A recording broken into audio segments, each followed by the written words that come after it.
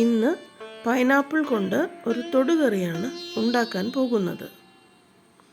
ഇത് അച്ചാർ എന്ന് വേണമെങ്കിൽ നമുക്ക് പറയാം, അതല്ലെങ്കിൽ ജസ്റ്റ് ഒരു ഇഞ്ചിക്കറിയൊക്കെ പോലെയുള്ളൊരു കറി. ഇതിനായി ഞാനിവിടെ ഒരു ഇടത്തരം പൈനാപ്പിൾ എടുത്ത് അത് ചെറുതായി കട്ട് ചെയ്ത് വെച്ചിട്ടുണ്ട്.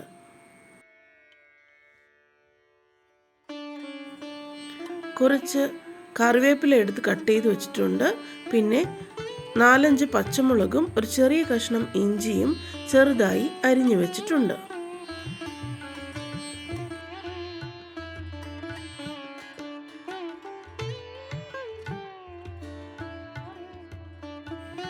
നമുക്കൊരു പാത്രം അടുപ്പിൽ വെച്ച് അതിൽ എണ്ണ ഒഴിച്ച് ചൂടാവുമ്പോൾ അതിലേക്ക് നമുക്ക് കടുകിട്ട് കൊടുക്കാം. കടുക് പൊട്ടി തുടങ്ങുമ്പോൾ നമ്മൾ അരിഞ്ഞു വെച്ചിരിക്കുന്ന ഇഞ്ചി, പച്ചമുളക്, കറിവേപ്പില ഇത്രയും കാര്യങ്ങൾ നമുക്ക് ആദ്യം അതിലേക്ക് ചേർത്ത് കൊടുക്കാം.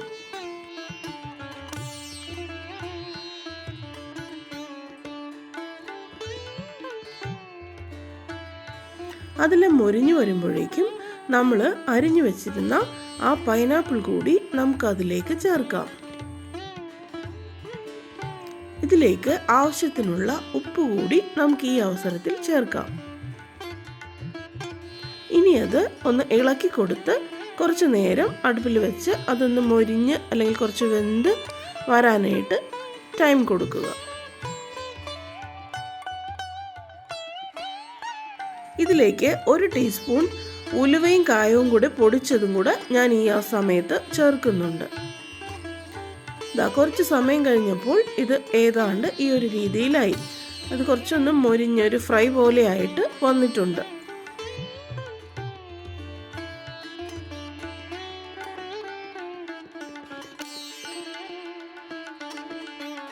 ഇനി നമുക്ക് അതിലേക്ക് പൊടികൾ ചേർക്കാം.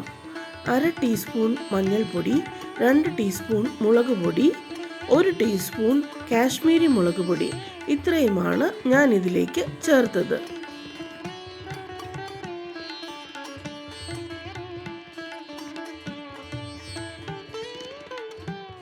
ഇനി അതൊന്ന് ഇളക്കി ആ പൊടികളൊക്കെ ഒന്ന് മൊരിഞ്ഞു വരട്ടെ.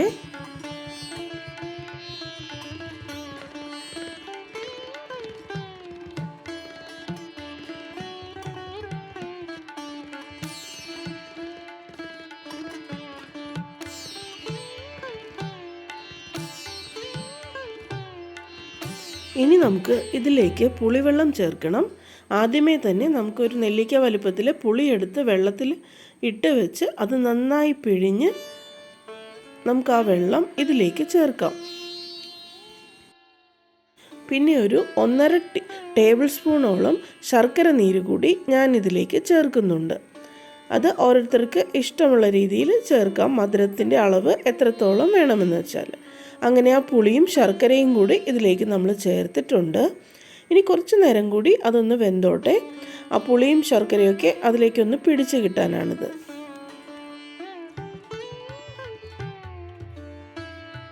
അങ്ങനെ ഒരു 2-3 മിനിറ്റ് കഴിയുമ്പോഴേക്കും എല്ലാ കാര്യങ്ങളും പൈനാപ്പിളിലേക്ക് പിടിച്ച് നന്നായിട്ടിത് സെറ്റായിട്ടുണ്ട്.